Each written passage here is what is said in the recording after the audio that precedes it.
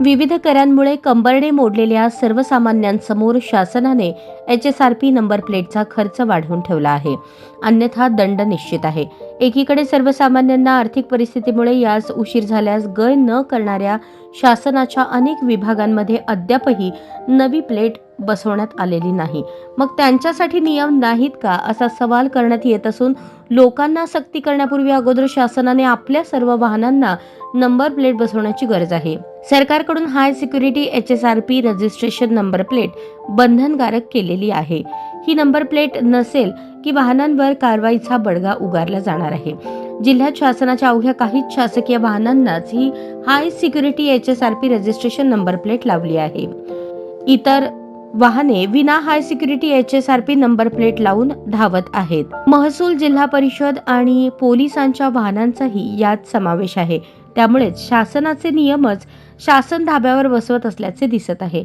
अनेक गरीब सर्वसामान्यांच्याकडून अशा कामांना उशीर होऊ शकतो, मात्र त्यांच्याकडून गुन्हेगारांसारखा दंड वसूल करण्यात येतो.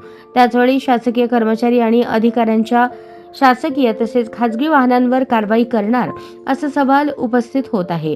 केंद्र शासनाने 1 एप्रिल 2019 पूर्वीच्या वाहनांना देखील हाय security HSRP registration number plate बंधनकारक केली आहे.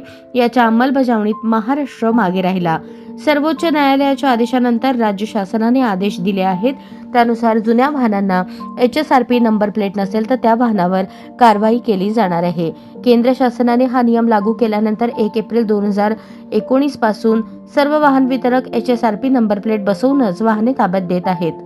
परंतु 1 एप्रिल 2019 पूर्वीच्या वाहनांना ही नंबर प्लेट बसवणे महाराष्ट्र सरकारने बंधनकारक केले आहे. त्यासाठी पुन्हा मुदतवाढ देत 30 जून 2025 नंतर HSRP नंबर प्लेट शिवाय वाहन आढळल्यास 1000 रुपये दंड आणि शिक्षेची तरतूद आहे. सातारा RTO